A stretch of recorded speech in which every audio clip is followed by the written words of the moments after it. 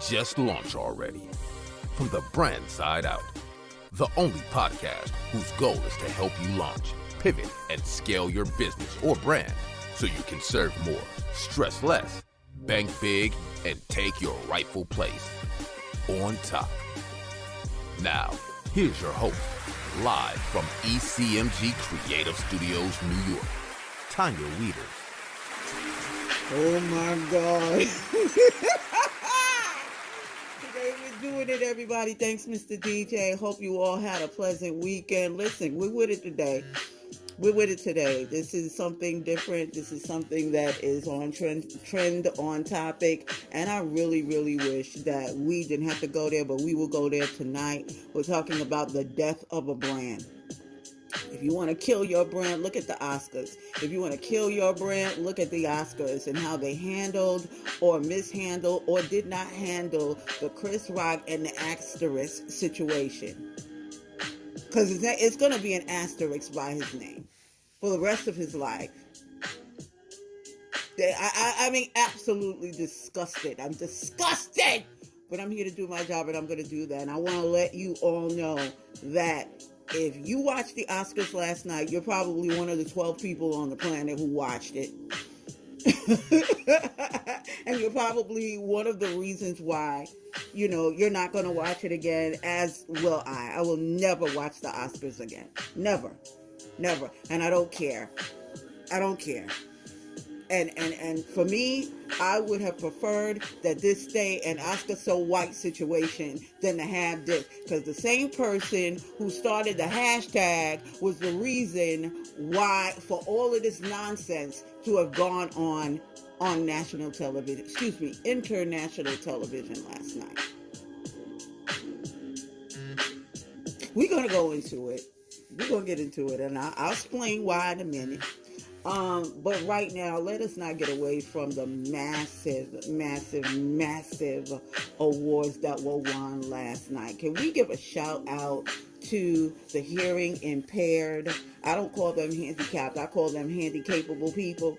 Oh my God. It was a monstrous night for the film Coda. All right. And look at how God puts everything together.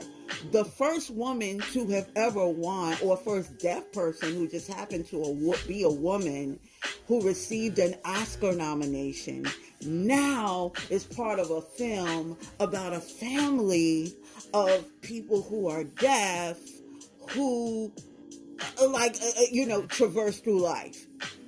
And amazing. Every single person who got up and gave their acceptance speech, I cried every single time. And by the way, I didn't even see the movie. So a huge shout out to all of those who helped put together that monstrous film. And I think I was privileged, as all of us, to sit and watch how dreams really can come true for anyone and everyone, if they put in the sweat equity, right?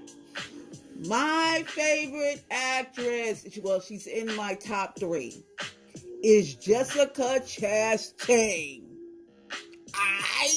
If you didn't see her in Sloane, if you didn't see her in Ava, if you didn't see her in Big Tammy Faye Baker,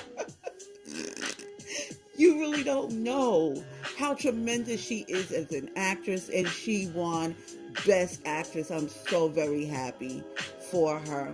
I also like to congratulate Questlove, also from Philly. That is my guy, and I loved his documentary about the huge, massive concert in 1968 that literally changed the world.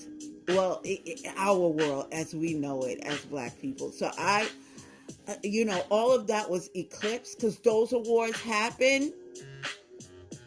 At least Jessica's and Quest happened after this fuckery. I'm trying to be nice. I'm trying to be good. I'm trying to keep it PG. I can't even say it right. It was madness. So let's get into fashion right now, because fashion is branding as well. When you come into a room, you need to own it. You need to take ownership of your power. And some of these women, some of these people I'm getting ready to mention right now, it really goes without mentioning, but I'm going to say it because it deserves it. Listen, I am not a huge Beyonce fan, but let me tell you something yesterday. Let me tell you something about what she did yesterday. She made Spalding tennis ball green a color. Her and also the artist known as her wearing the same color, but showing because we black doesn't mean we're one dimensional. Because we're black doesn't mean we just come in one color, one flavor, baby. And the same color look completely different on two completely different shades, and I loved it. Beyonce killed it. I didn't like the song. Did the song win for number one? No, it was Encanto. Encanto, ¿cómo estás? But the presentation, the formation that is still in effect, it came alive once again in Compton. It was absolutely incredible seeing all of those beautiful women, from the musicians to the horse ride down the block, all of it. It was absolutely incredible. And lest we forget, I know we're talking about fashion, but let me talk about Beyonce for a second. Beyonce gonna give respect where respect is due, because to the listening ear, did you hear how she gave homage to Dr. Dre? Did you hear it? Did you hear it with your listening ear? That's the way you brand something. You come and you show that even though that community had been riddled with so much in the past, it has come so far.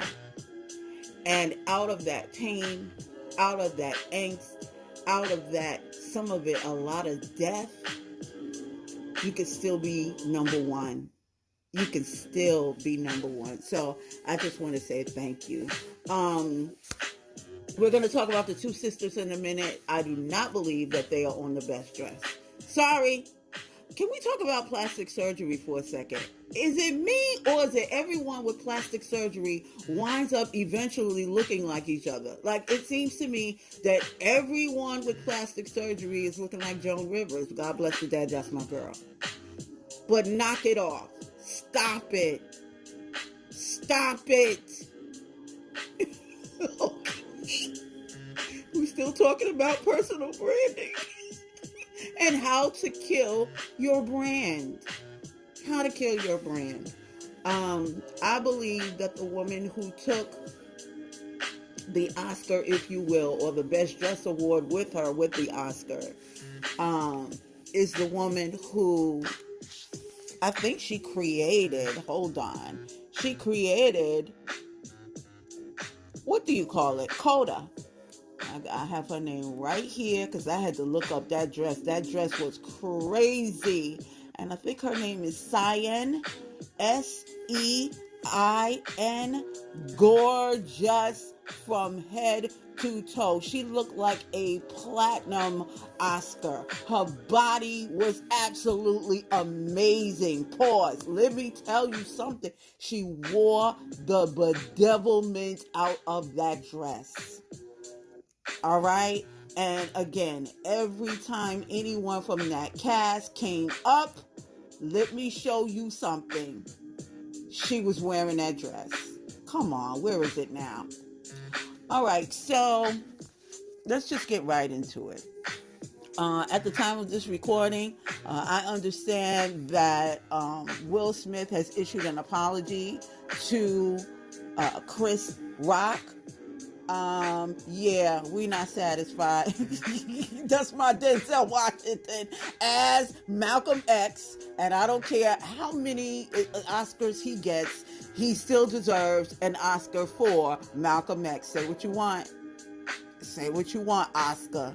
Say what you want, because by the time I'm getting ready, by the time I'm done with this commentary, you will understand and consider that Will Smith is not the only one who's at fault here. Because somebody had to be a conduit in order for him to be able to even walk up on the stage. I wonder why that is. I'll tag her name at the end because we have to move on from here. Because tonight I'm going in and we're just going to go about it. This is Freestyle Monday once again. So I can't go on without talking about the greatest actor of all time, which is Samuel L. Jackson, who was given a Lifetime Achievement Oscar by the greatest actor of all time, which is Denzel